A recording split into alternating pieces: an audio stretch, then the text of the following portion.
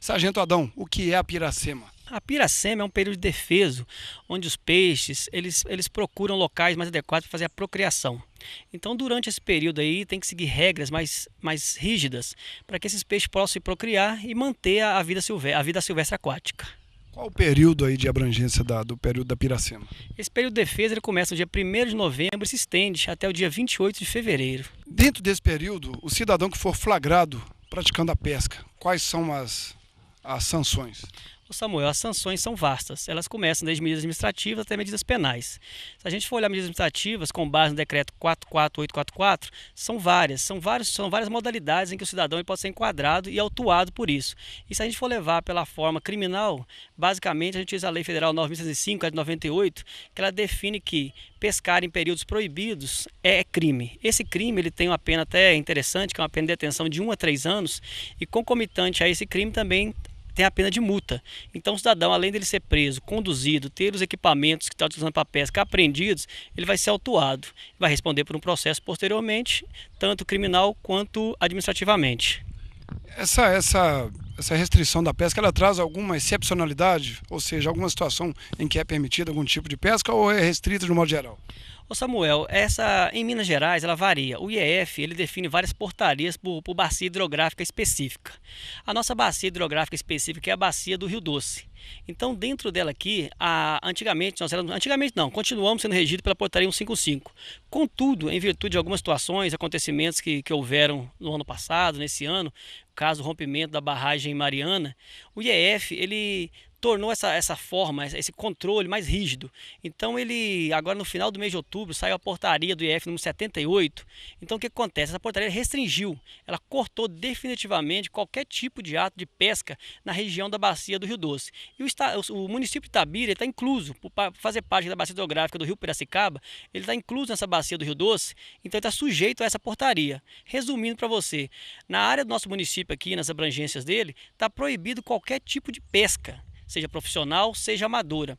A única coisa em tese que ela permitiu é a pesca científica, que é aquele técnico que atua na área, desde que esteja legalizado, autorizado pelo IEF a praticar essa pesca científica para estudo mesmo, para trabalhos científicos. E a outra modalidade seria a modalidade amadora na situação de pesca e solte, que na realidade a gente quase não encontra aqui na nossa região. As pessoas aqui não têm essa cultura desse pesca e solte. Normalmente pesca e leva para consumo. Então a pessoa sendo flagrada nessa situação de pesca irregular, ela vai ser enquadrada no artigo da Lei 905, vai ser conduzida à presença do delegado e vai ter o seu material de pesca apreendido e vai ser autuado. Aqui na região nós temos muitos pesca e pague aqui no entorno da cidade. A pessoa que estiver vindo do pesca e pague trazendo o peixe pescado lá, de que forma que será o procedimento das autoridades policiais? Samuel, uma pergunta interessante, é uma dúvida que muitos têm, fala assim, se eu pesquei no Pesca e Pague, eu posso levar para casa qualquer quantidade, de qualquer jeito. Não é bem assim.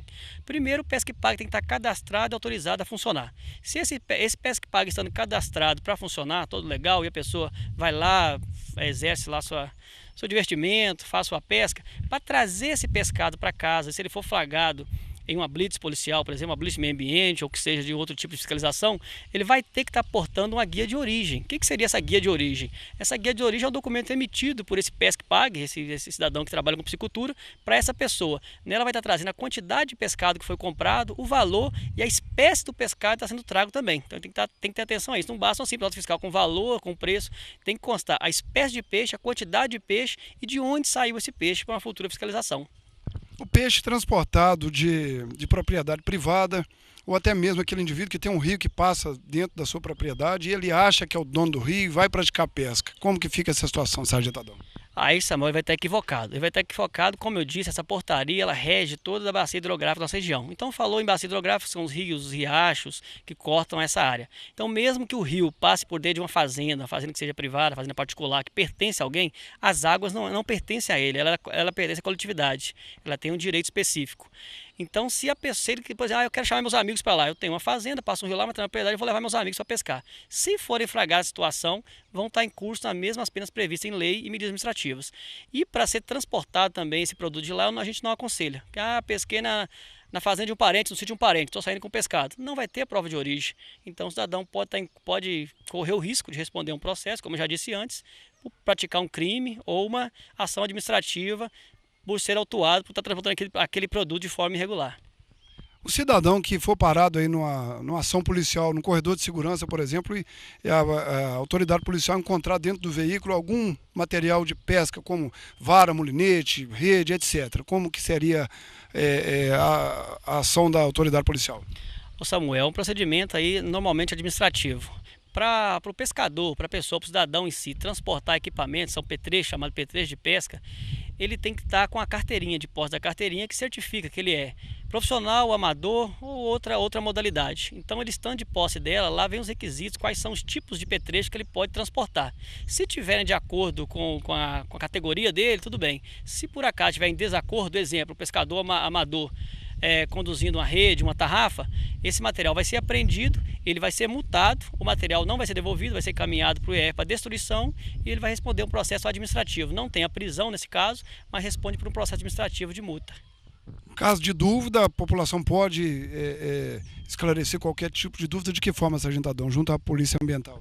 O Samuel, não só pode como deve. É uma preocupação nossa com essa restrição que está sendo imposta agora pela portaria 78, que antes, como eu falei, a portaria 155 era abrir algumas exceções, e com essa 78 agora, a nossa região aqui tem muitas pessoas que têm a cultura de pescar no final de semana, pescar à noite, então a gente pede que cesse essa pescaria, pelo menos até quando durar os efeitos do período de Piracema, porque, como a gente já disse, vai estar imposto em crime e penalidade administrativa. A gente pede que ligue 3834-6107, 3834-6107, que é o telefone aqui do grupamento de meio ambiente, faça contato com algum policial que deparar na rua, peça algumas informações, acesse a internet, que hoje todo mundo tem smartphone.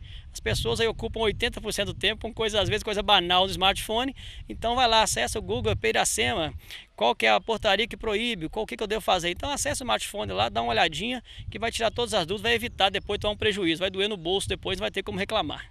Sargento, muito obrigado. Entrevista amplamente esclarecedora. Obrigado aí pela entrevista e pelos esclarecimentos. Samuel, é um prazer. O segundo Plano de Meio Ambiente está à disposição aí de todos. Vai ser um prazer recebê-los aqui para sanar qualquer dúvida.